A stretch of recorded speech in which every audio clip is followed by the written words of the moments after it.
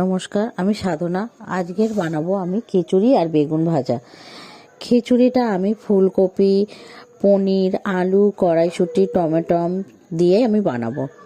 প্রথমেই আমি একটা গ্যাসের মধ্যে হাঁড়ি বসিয়ে দিচ্ছি পরিমাণ মতন জল দিয়ে। জলটা একটু গরম হতে থাকুক। আমি আর একদিকে আমি গ্যাসে কড়া বসিয়ে দিয়েছি। কড়ার মধ্যে আমি 250 মতন ডাল দিলাম। ডালটাকে একটু নেড়ে চেড়ে ভেজে নেব। ডাল থেকে যখন একটু ভালো গন্ধ বেরোবে তখন এর মধ্যে 400 মতন চাল দিয়ে দিলাম। 400 গ্রাম পরিমাণের আমি চাল দিলাম, আতপ চাল। চালটাকেও দিয়ে আমি একটু নেড়ে চেড়ে ভেজে নেব। ভেজে নিয়েছি, এবার এটাকে আমি একটা বাটির মধ্যে তুলে নেব। এটাকে একটু ধুয়ে নিলাম। ধুয়ে নিয়ে আমি সেই হাঁড়িতে জলটা বসানো ছিল, জলটাও আমার গরম হয়ে গেছে। এর মধ্যে আমি সেই চাল আর ডালটা দিয়ে দিচ্ছি। চাল আর ডালটা আমি ভালো করে দিয়ে দিলাম।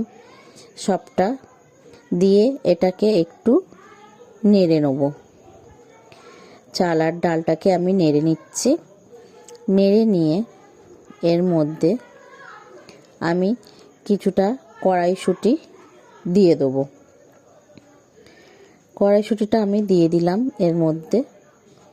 আর কটা 5-6টা মতন আমি কাঁচা লঙ্কা চিরা এর মধ্যে দিয়ে দেবো। আর দেব কিছুটা নুন, 1 চামচ মতন আমি নুন দিয়ে দিলাম। নুনটা দিয়ে এটা নেড়ে চেড়ে নেব। এটা এবার ফুটতে থাকুক। আমি আর একটা গ্যাসে কড়া বসিয়ে দিয়েছি। এর মধ্যে আমি সেই কেটে রাখা আলুগুলো ভেজে নেব। আমি আলুগুলোকেও দিয়ে দিলাম। আলুগুলোকে একটু লাল লাল করে ভেজে নেব। ভাজা হয়ে গেছে আমার, লাল লাল করে হালকা ভেজে নিয়েছি। সেই চাল আর ডালের মধ্যে আমি দিয়ে দেবো।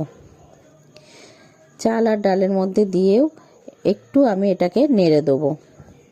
আলুটাও চাল ডালের সঙ্গে সেদ্ধ হবে। এবার আর সেই তেলটার মধ্যেই আমি ফুলকপিগুলোকেও একটু লাল লাল করে ভাজবো। একটু হলুদ আর একটু নুন দিয়ে এইটাকে আমি ফুলকপিটা ভাজবো। ফুলকপিটা যখন একটু লাল লাল ভাজাই হয়ে গেছে তখন ফুলকপিগুলোকেও আমি সেই চাল আর ডালের মধ্যে দিয়ে দেবো। ফুলকপিটাও এর মধ্যে সেদ্ধ হতে থাকুক। এবার গ্যাসে কড়াটাতেই আমি সেই ফুলকপি ভাজা তেলের মধ্যেই আর একটু তেল দিয়ে আমি পনিরগুলোকেও একটু লাল লাল করে ভেজে নেব। পনিরগুলোও আমার লাল লাল করে হালকা ভাজা হয়ে গেলে পনিরগুলোকেও আমি তুলে রাখবো। পনিরটাও আমার লাল লাল ভাজা হয়েই গেছে, এটাকে তুলে রেখেছি। এবার ওই তেলের মধ্যেই আমি 2টো তেজপাতা, 2টো শুকনো লঙ্কা আর একটু গোটা জিরে ফোড়ন দিলাম। ফোড়নটাকেও আমি নেড়ে নিলাম। ফোড়নটাকে নেড়ে নিয়ে এর মধ্যে একটু গ্রেট করা আদা 1 চামচ মতন দিয়ে সেটাকেও আদাটাকেও একটু ভেজে নেবো। আদার গন্ধটা যখন চলে যাবে তখন এর মধ্যে 2খানা কেটে রাখা টমেটো দিয়ে দেবো। টমেটোটাকেও আমি একটু নেড়ে চেড়ে নেবো। নেড়ে চেড়ে গলিয়ে নিয়েছি। এবার এর মধ্যে 1 চামচ হলুদ গুঁড়ো, 1 চামচ মতন জিরের গুঁড়ো, 1 চামচ লঙ্কার গুঁড়ো আর একটু কাশ্মীরি লঙ্কার দেবো, একটু কালারটা ভালো আসার জন্যে। দিয়ে ভালো করে মশলাটাকে কষিয়ে নেব। এর মধ্যে অল্প একটু জল দেব। জলটা দিয়েও আমি ভালো করে মশলাটাকে কষিয়ে নেব। আর 1 চামচ মতন এতে চিনি দিয়ে দেবো। চিনিটা দিলেও স্বাদটা ভালো আসে খিচুড়ির। মশলাটা আমি সেই খিচুড়ির চাল ডালের মধ্যে দিয়ে দিয়েছি। দিয়ে ভালো করে নেড়ে নিয়ে এর মধ্যে সেই ভেজে রাখা পনিরগুলোও আমি দেব। আর দেবো 1 চামচ মতন গরম মশলার গুঁড়ো আর অল্প একটু ঘি দিয়ে আমি ভালো করে নেড়ে চেড়ে নিলাম। নেড়ে চেড়ে নিয়ে একটু ধনেপাতা কুচি ছড়িয়ে দিয়েছি।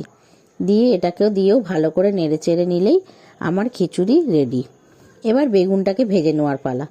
নুন হলুদ দিয়ে আমি ভাজবো। একটু নুন দিয়েছি, হলুদ দিয়েছি আর অল্প একটু চিনিও দেবো। দিয়ে ভালো করে বেগুনটাকে মাখিয়ে নেব। বেগুনটা মাখানো হয়ে গেছে। এবার বেগুনটাকে এক এক করে ভেজে নেব। পরিমাণ মতন তেল দিয়ে দিয়েছি। দিয়ে এবার বেগুনগুলো এক এক করে দিয়ে আমি ভেজে নেব। বেগুনগুলো আমার এক পিঠ করে ভাজা হয়ে গেলে আর এক পিঠ আমি লাল লাল করে ভেজে নেব। বেগুনগুলো দু পিঠই ভালো করে ভাজা হয়ে গেছে, আমার খিচুড়ি তৈরিও হয়ে গেছে।